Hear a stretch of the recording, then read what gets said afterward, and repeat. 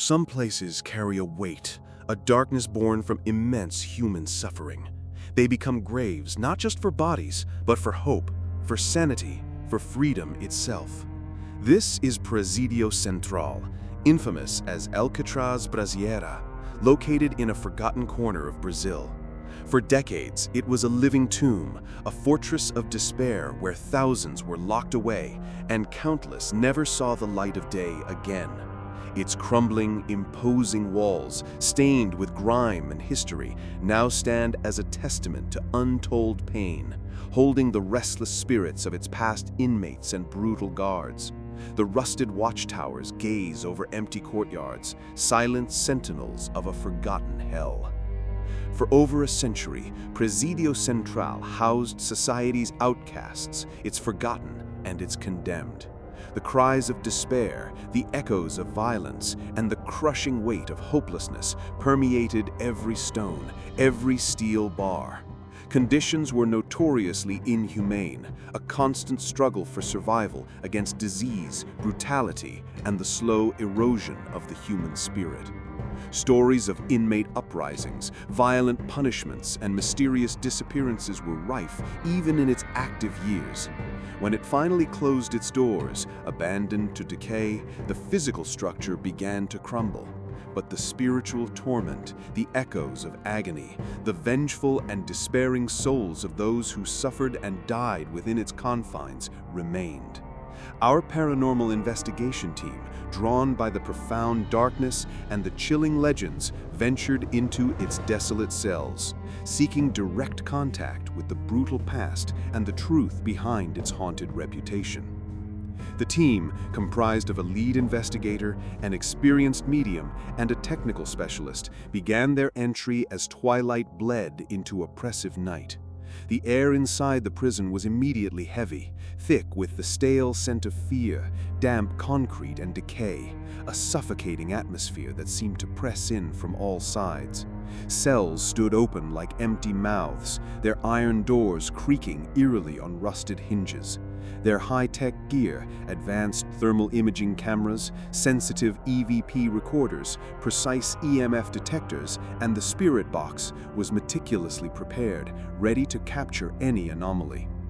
Every cautious step echoed loudly through the vast, cold cell blocks, their footsteps amplifying in the profound silence, creating a chilling symphony that mirrored the footfalls of past inmates and guards. The oppressive feeling of being constantly watched, of countless unseen eyes following their progress, was immediate and pervasive. Soon, the prison began to reveal its true nature, not through gentle whispers, but through undeniable, aggressive actions. Cold spots intensified rapidly, moving independently through the narrow corridors, making their breath visible. Disembodied whispers, too faint to understand clearly, slithered through the air, just out of reach, yet undeniably present, teasing their senses. Suddenly, without warning, a heavy, rusted steel cell door weighing hundreds of pounds slammed shut with violent force in a distant cell block, the deafening metallic crash reverberating through the entire structure. There was no wind, no structural instability, no one near it. It was a deliberate, powerful act by an unseen entity. Moving deeper into the isolation cells, activity escalated. These were the worst places, dark pits where inmates were left to languish, sometimes forgotten entirely. EMF detectors spiked wildly, their alarms blaring red, indicating an immense surge of anomalous energy.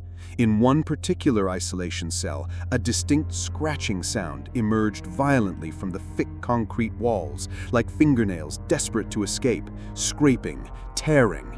The spirit box, a device known to capture voices from the other side, crackled. Amidst the static, a guttural male voice roared with unbridled fury, "Get out!"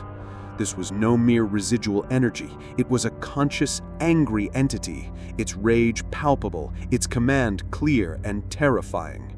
Then the true horror peaked in the old infirmary, a place where many inmates would have drawn their last painful breath.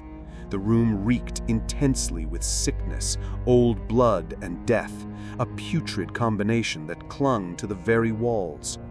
A thermal camera, designed to detect heat signatures, briefly captured a dark humanoid shadow standing by an empty, rusted medical bed. It solidified for a horrifying moment, its form indistinct yet undeniably present, before dissolving back into nothingness. Its appearance was sudden, shocking, and undeniable visual confirmation of a spectral presence.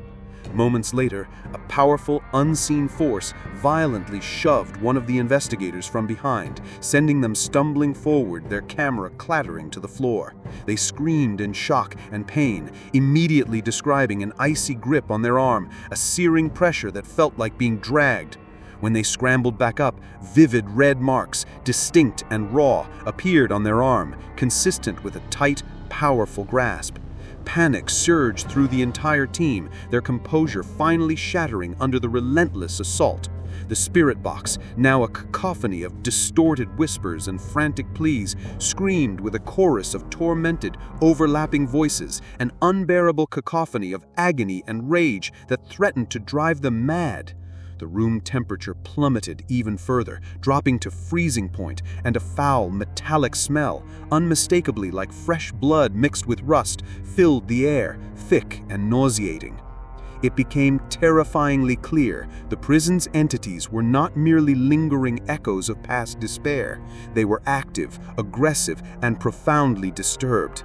They were sentient beings, aware of the living intruders, and they reacted with pure, unadulterated hostility born from imaginable pain and enduring rage. The team, overwhelmed by the sheer intensity and undeniable malevolence, made the immediate and critical call to evacuate. There was no discussion, only an urgent shared understanding that their safety and sanity were in grave peril. They quickly gathered their most essential equipment, leaving other, less vital items behind in their desperate haste to escape the oppressive energy that now consumed the room. They stumbled out, their flashlights dancing wildly, eyes scanning every shadow, every corner, expecting another attack at any moment. The chilling sounds of the prison faded behind them as they ran, but the terror was indelibly etched in their minds. A permanent scar.